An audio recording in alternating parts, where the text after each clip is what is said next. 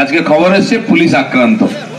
আর কি দেখতে হবে? মুখ্যমন্ত্রী আক্রান্ত হলে তখন ভাববো যে আইন আর শৃঙ্খলা নাই। তার পার্টির নেতাদেরকে রাস্তায় গুলি করে মারা হচ্ছে কুকুর ছাগলের মতো, বাড়ি ঢুকে মারা হচ্ছে। এক তো হিন্দি সিনেমায় দেখতাম, বা 20 বছর আগে 30 বছর আগে মুম্বাইতে দেখতাম, দিনের বেলা এরকম গ্যাং ক্লাস হচ্ছে আর শুট আউট হচ্ছে, বন্ধ হয়ে গেছে।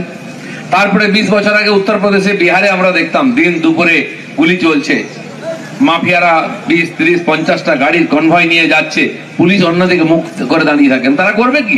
AK-47 এর সামনে এসপিও চুপচাপ থাকতো, সরিয়ে নিত পুলিশকে, চলে যাক সাহাবুদ্দিন, তারপরে বেরোবেন। কিন্তু তারা আজকে ইতিহাস হয়ে গেছে ওখানে। আজ পশ্চিমবঙ্গ, উত্তরপ্রদেশ আর বিহারের যে জঙ্গল রায় তাকেও হারিয়ে দিয়েছে। আমরা বিহার ইউপিকে নিয়ে হাসাহাসি করতাম যে এরকম হয় এরকম হয়, ওখানকার লোকেরা এসে গল্প করতো এখানে আইন শৃঙ্খলা কিরকম, পুলিশ প্রশাসন কিরকম। থানায় কমপ্লেন করতে গেছে, ওসি গামছা পরে গায়ে মালিশ করাচ্ছে তেল দিয়ে, FIR লেখার নাই, কমপ্লেন লেখার লোক নেই এখানে।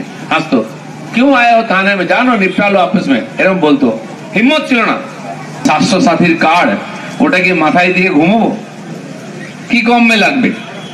আর তারপরেও নরেন্দ্র মোদীর দেওয়ার যে আয়ুষ্মান যোজনার প্রতি পরিবারকে বছরে 5 লাখ টাকার অনুদানের যে ব্যবস্থা, আপনি সেটা লোককে নিতে দেননি, লোককে বঞ্চিত করেছেন কিনা।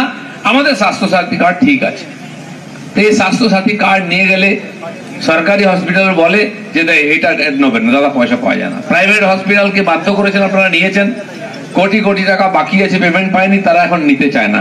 তা মানুষ কোথায় যাবে? তাহলে বিনা চিকিৎসায় মরতে হবে। তারপরে যদি এরকম ভেজাল সেলাইন আর ওষুধ থাকে, আজকেও খবর এসেছে সেলাইনের মধ্যে ছত্রাক পাওয়া যাচ্ছে, হয়তো এক্সপায়ারি ডেট রেখে দেওয়া হয়েছে, বা এরকম ড্রেনে জল মিশিয়ে করে দেওয়া হয়েছে। তো শরীরে গেলে তো মানুষ যদি বা বেঁচে যেত, বাঁচার কোনো চান্স থাকবে না।